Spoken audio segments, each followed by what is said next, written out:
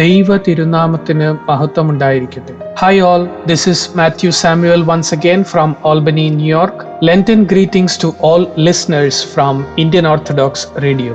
In the beginning of time, God created the world and everything in it. And in the fullness of time, the Creator Himself became part of the creation and dwelt among us. The Word became flesh and dwelt among us, in the words of Saint John the Evangelist.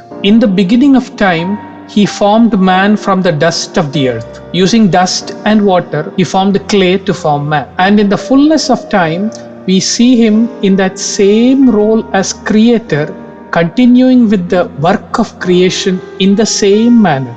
We read this in the insightful commentaries of Saint John Chrysostom and others. In the Gospel story, we see that He spits on the ground, makes clay, and makes the eyes for the blind man.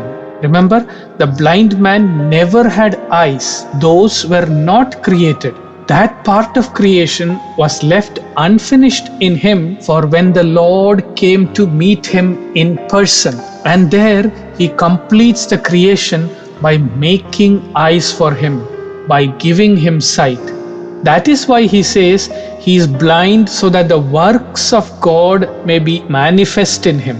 What is the work of God? Creation is the work of God. God is the Creator. Instead of telling us that it was I who formed mankind from the dust in the beginning, and if He had done it that way, many would not have understood what He's saying. Instead, He is actually doing it and showing the world that it was indeed He Himself who created man and everything else. Moreover, He is also giving us a clue of how He had done it, just like He would have inspired Moses to write about it in Genesis.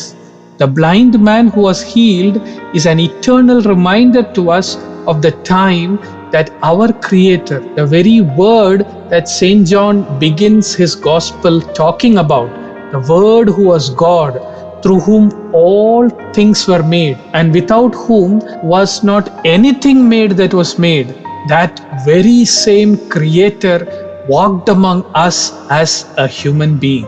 How blessed is man that his Lord, his Master, and his Creator, who is in reality far greater and far separated from him, actually comes down, becomes a fellow man, and walks among us. Help us to grow, O Lord, in this awareness always. Amen. Stay tuned to Indian Orthodox Radio through this Lenten season. Signing off with prayers. God willing, we'll catch you tomorrow.